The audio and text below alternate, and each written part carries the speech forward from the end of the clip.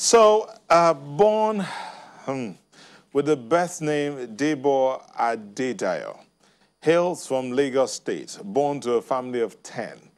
His recalled childhood memories via an interview clearly showed his father still took good care of them all.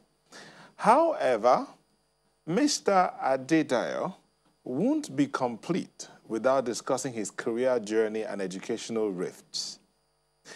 They call him Mr. Macaroni. Now, calling that name alone is making me hungry. Well, but he's here, and there you see it. How you doing? I'm fine, thank you. I know this is your trademark, but do you mind if we see your eyes? How much you pay? Serious. So how are you, Mr. Macaroni? I'm fine, thank you. I'm very fine. Okay, so he's a social media sensation. His skits, I mean, we saw a couple of your skits, and Yeah. you just stepped out in a world of your own. Yeah. What gave you that idea? How did you come about this? You know, it wasn't like I just started it. I've been trying other stuff, right? So I've played the role of an old school teacher, played the role of a lover boy, a young boy, hustling. You know, I've been doing different things. But suddenly, you know, I got the muse for this sugar daddy kind of thing. You know, all of these men that, you know, they see a young lady and they're like, oh my, you know, so that was the muse. And I figured out that, you see, those type of men just want to, you know, take advantage of those ladies, so to say. So the first time I tried that skit with that character, that daddy character, a lot of people fell in love with it. And they were, yes, we know people like this, this. So I saw the comments, and then I began to intentionally create stories around that character. Okay, so you're one man who's gone through all manner of things. Yeah. Right. So you went to a private university. At 200 levels, you left. Yes. Because of accreditation. Right. You went to another private university. Yes. You must be very wealthy. In the family of 10, your father must be... let me say, my parents just happened to be people who were determined that this boy, you must go to to school and you get a degree. Okay. So you went to second year and decided to have issues with the lecturer. Right. Why would you choose to have issues with the lecturer? No, he had issues with me. You know, what I feel is that the way it is, if you're a student in an academic setting, if you're a student, which I don't think is too good, they don't expect you as a student to have a voice or to have an opinion or to want to say something. Everyone just feels, no, the student, what you're here for, but we can't continue like that, because at the end of the day, those students will come out as robots. Okay. You know, a university, a university environment is supposed to be there for interaction. You know, you're there, you're able to talk to your lecturers are able to talk to you, and, you know, so that story, we had issues with ourselves. Okay. Okay, so the third, in these two universities, you were to study law? Yes. Chai. So you go to the third university to study creative arts. Right. And they tell you they don't have creative arts. How did they give you the admission for creative arts in the first place? Help me. You know, the school is far away, somewhere else. We did the exam, the interview in Lagos. I was given admission for theater arts. We paid school fee, we did everything. Getting to the school, the Dean of Student Affairs now called me to his office and tells me, my son, we have not actually started theater arts, but you know, this English, you can still do English, you can still do media. You know. So I looked at myself, I looked at him like, this is my third university. Me that have come here, I know the reason why I've come. It is this theater I want to do. So calling me to now tell me you don't have a course you gave me admission for is preposterous.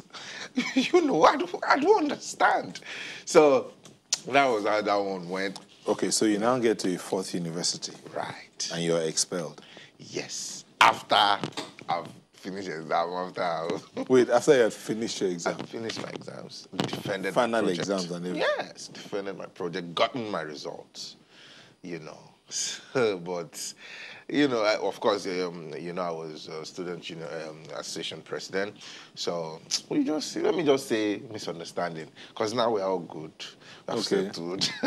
So it was just misunderstanding. But the crux is that at the end of the day, I got my certificate, I graduated, went for From NYSC. that Fort University? Yes, from that. But do you want to tell us, what was that matter that got you expelled and then had to be reconciled? Like I said, it was misunderstanding. It was said to be a social media post you made on Facebook? Yes. So, and that was because my administration, you know, the kind of person that I am, I always say that I believe in truth, in love, and justice. So I like to be able to speak up against any ills or against anything I feel can be better.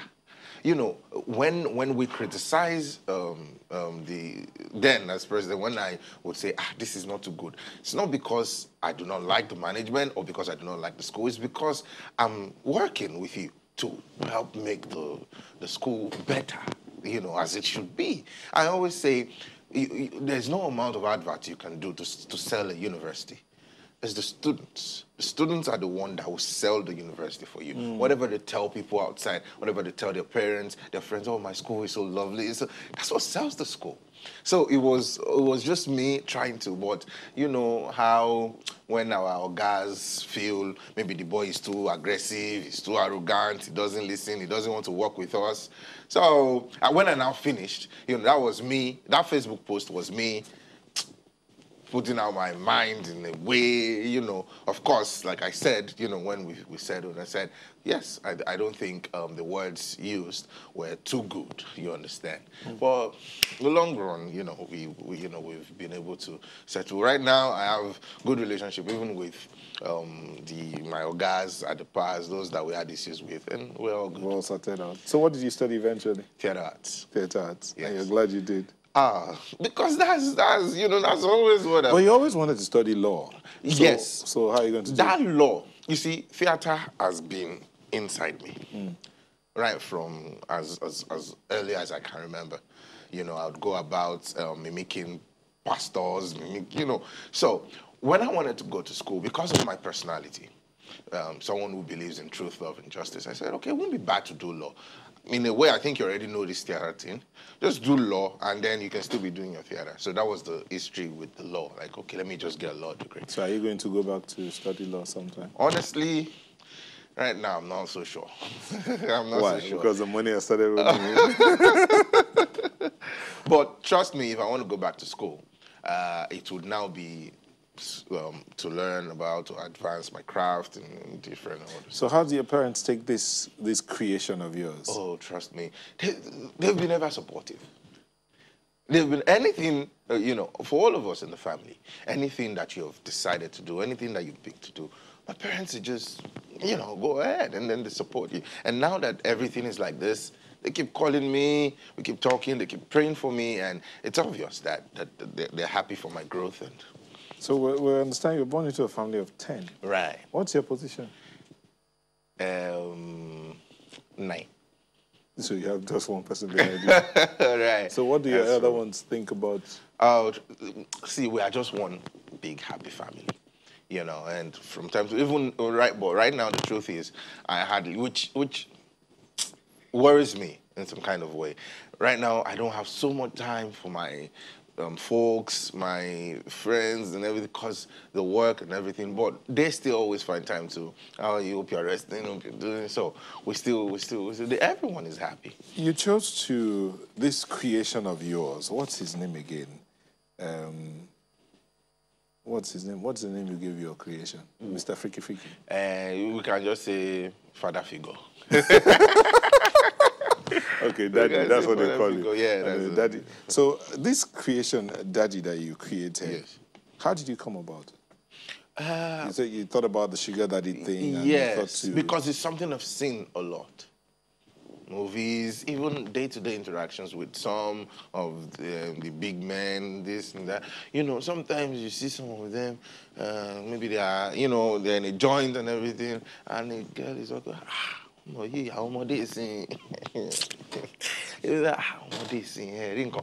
But you know, it is not. It is the intention. It is the intent. It is what they are really thinking and what they really want to do that, you know, formed that character. Because when you say someone is a young girl that you know how she grew up and everything, and you start to look at her some kind of way, or you start to call her that,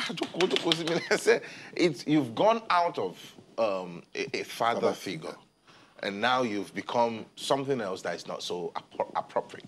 So in the course of this, since you created this character, have you had issues with some of this, in quote, sugar daddies?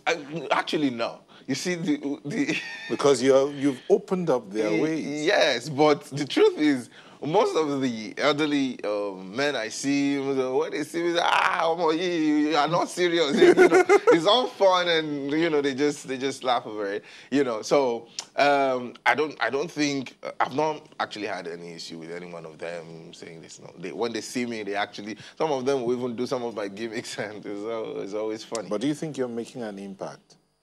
I think that is relative. You know, for some people, maybe. For some others, maybe not. But by virtue of my study of theater arts and the caliber of lecturers that taught me, headed by Professor Ahmed Yerima, and other amazing lecturers, Johnny Wu, Barbarian Day, and a lot of them, they taught me that theater is for entertainment. It's for information. It's for education. So societal rejuvenation. So they are telling me that your story when someone sees something that you create, that person must be able to take away something from it. All right. And at that point, we'll take a moment and we'll come back to tidy up this conversation. Just stay with us.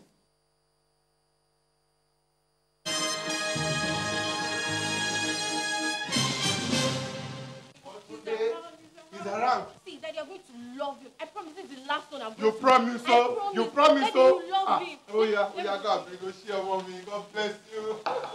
Thank God. Finally. Amanda Scars. Aha. Is your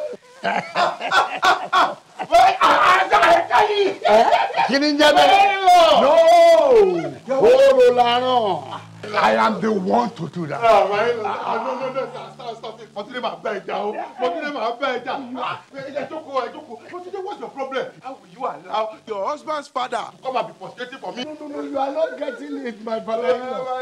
More, baby. Yes, baby. Explain to daddy.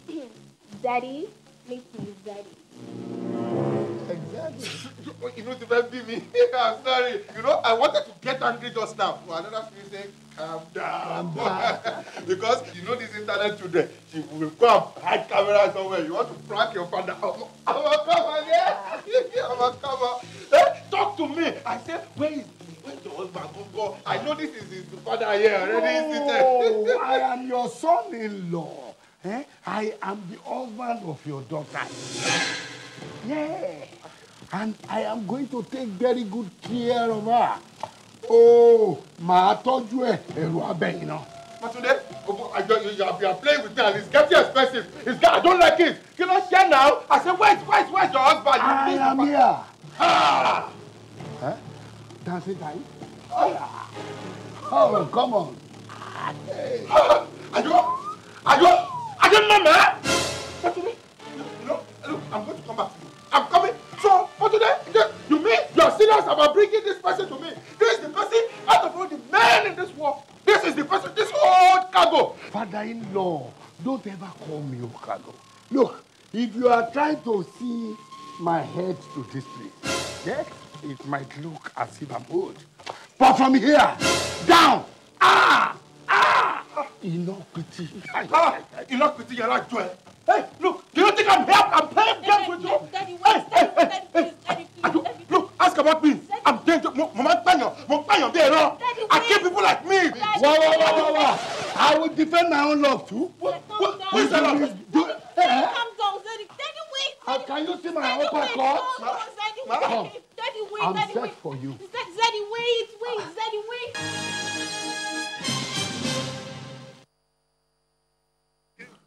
Okay, so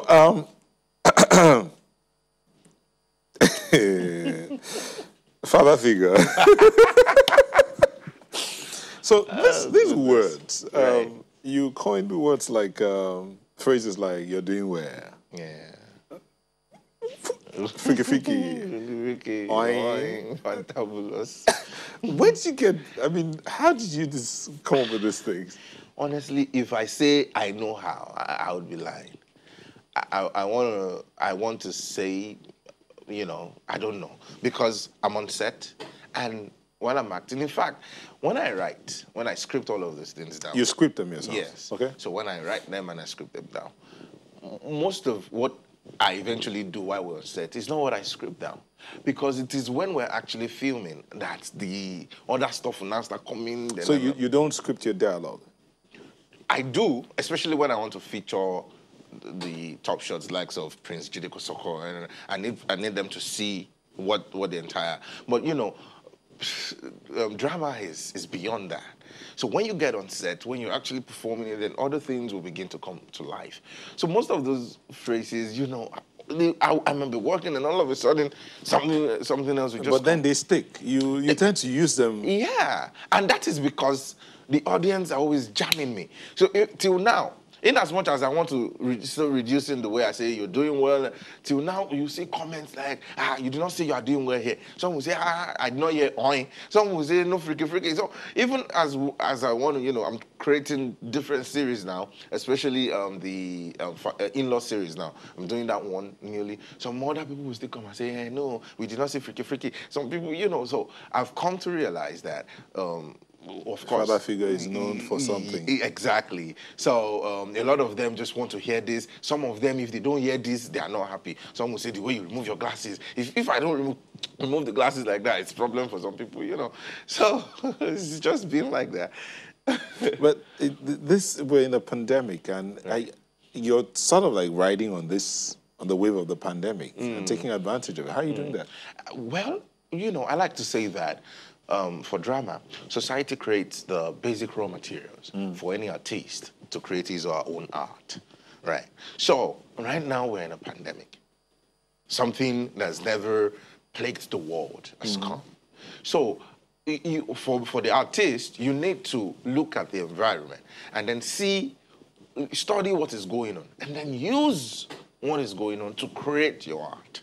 So that was how the coronavirus thing, when it came, you know, the skits for the coronavirus, a lot of the way I now perform, the current situation we're in has influenced that. So, you know, yeah, so it's basically society, what happens at the time.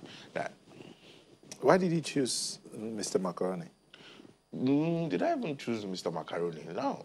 It was, I think as far back as 2012 or 2013, I was on set.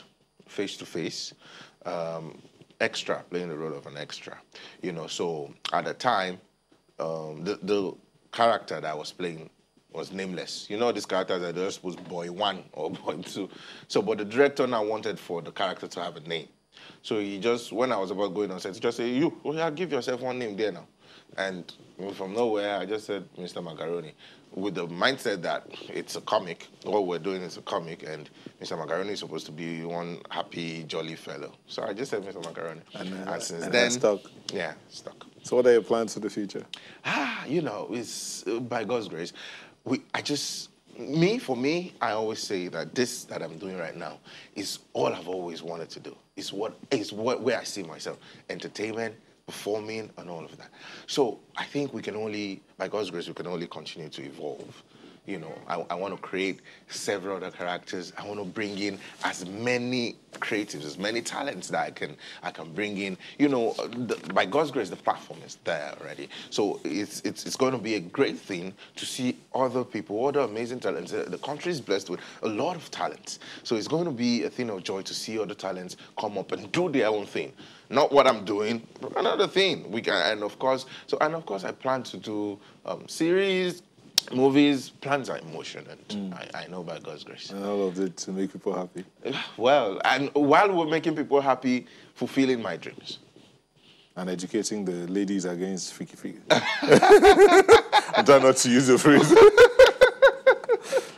Right. Well done. Well done. We wish you well. Okay, somebody here, Imoyaba says, your university should make you an ambassador and pay you. Imagine all the brand value you accrue to them when you mention their name. Thank you, Mr. Macaroni, or Mr. Debo Adedayo, a.k.a. Mr. Macaroni. Right. Well done. Thank you well very done. much. Thank you for How having did you feel at that skit you did with Mr. Kosoko and... in fact, it was amazing for me. You know, working with someone, although I've worked with him, but having him on my project, and he came, he performed, he gave his best. And Sheila. His A game. And I can imagine all the other things you do. Right.